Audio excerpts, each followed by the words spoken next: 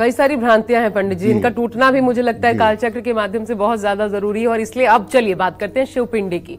शिवपिंडी को किस चीज से स्नान करवाने से बरसेगी महादेव की महाकृपा? सावन में शिवलिंग पर क्या चढ़ाया जाए तो महादेव भर देंगे आपकी झोली? और साथ ही ऐसी कौन सी चीजें हैं जिन्हें शिवलिंग पर चढ़ाने से हमें जरूर बचना चाहिए? पंडित जी, इससे जुड़े नियम क्या हैं? क्या चढ़ाएं क्या न चढ़ाएं? आशुतोष तुम अवधर दानी, आरत हरहूं दीन जन जानी। भगवान शिव जो है आशुतोष अवधर दानी है।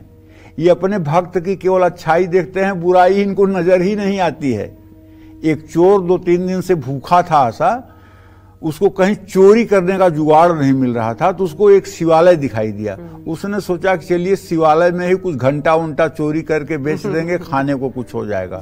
शिवालय में जाता है, अंधेरा था शिवालय में, कुछ उसे दिखाई ही नहीं देता है।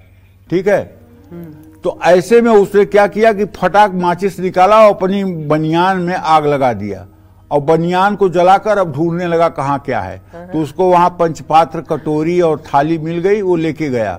जब मर गया वो और भगवान शिव के सन्मुख गया तो पूछा गया कि इसका बहुत बड़ा पाप है, इसने शिव मंदिर में चोरी की है। भगवान शिव ने कहा इसे मुक्ति दे दो, लोग तो दिए की बाती लगाकर मुझे प्रसन्न करते हैं, इसने तो अपने तन ढकने के वस्त्र को आग लगाकर मेरे मंदिर में उजाला किया है, इसको मोक्ष दे दो। तो भगवान शिव आशुतोष हैं, अवधरदानी हैं, ये बड़े कृपालु हैं, बड़े दयालु हैं।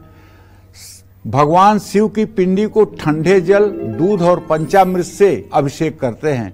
14वीं शताब्दी से पूर्व शंकर जी की पिंडी का सिर्फ जल से स्नान करवाया जाता था, दूध और पंचामृत से नहीं।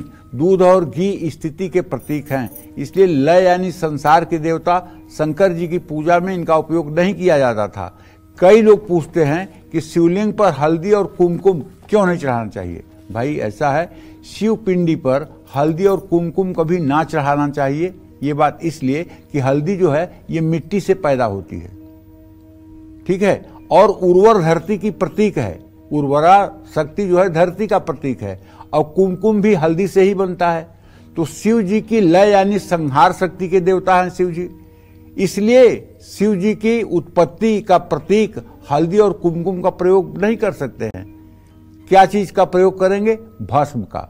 क्यों? क्योंकि भस्म जलने के बाद जो बचती है, संहार के बाद जो बचती है वो भस्म होती है, इसलिए शिव जी के ऊपर भस्म चढ़ाई जाती है, हल्दी और कुमकुम नहीं चढ़ाया जाता है। अब मैं आपको बताता हूं शिवलिंग पर अक्षत क्यों चढ़ाना चाहिए।